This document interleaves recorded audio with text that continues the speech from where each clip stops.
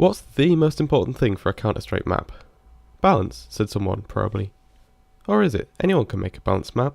Look, I'll just drag this here, flip it around, give them the same weapons. Balanced. But not interesting. I'd say the single most important thing is variance. If every round plays exactly the same and everyone goes the same way, it's going to be a boring map.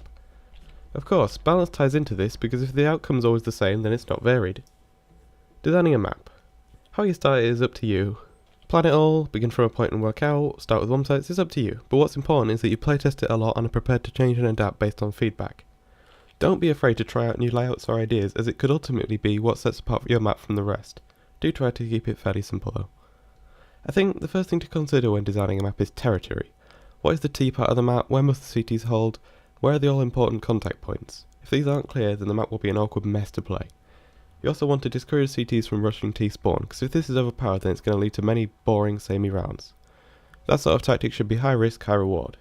Take here, on Dust 2. The tunnels serve as an obvious staging area, as it would be suicide for a CT to rush here because there's tons of angles they could be shot from. Keep rotate times in mind too, it's no fun if the bomb's about to explode by the time you arrive. The next key to balance is limiting the amount of places you can be attacked from in any given spot. Too few and you get camping corners, too many and you get that map. So usually, what you'll see is cover that cleverly obstructs certain angles to make it manageable, so you can move through the map in bite-sized chunks. Wherever there's a T-junction, it's common to see one direction blocked off by cover or able to be checked before the other one. This is because it's really frustrating for a player if they peek one way and get killed from the other. There's no skill involved, it's just a blind guess. You want to make the players feel that their deaths are fair, or at the very least that the other player is hacking. Nobody will find a map fun if every round's just frustrating deaths to the things they couldn't have prepared for. Back to design. Height's really good when used well as it offers interesting dynamic cover. For example, you can often crouch on a slope to hide most of your body at the cost of being exposed to other angles or a rush. Height also allows you to control the movement in your map a lot more.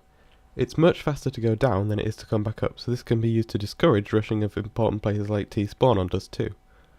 Cover in general is easy to want to spam everywhere, but it's best used only where it's important. An area without it causes the players to either rush or use grenades, forcing the action into the map's most crucial areas. Hope you haven't forgotten about that territory from earlier. Corners also serve as cover, but keep in mind which ones you want to do this and which ones you don't.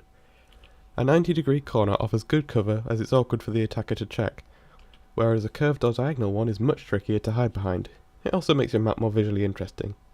Speaking of visually interesting, how the map is detailed genuinely does play a part in how it's played. It's often nice to contrast the two sites a little, albeit connecting them by a central theme. This helps the players get an idea of where they are in the surroundings and makes the areas distinct. You might also want to include landmarks which you can see from all over the map to help players orientate themselves and work out where they need to go.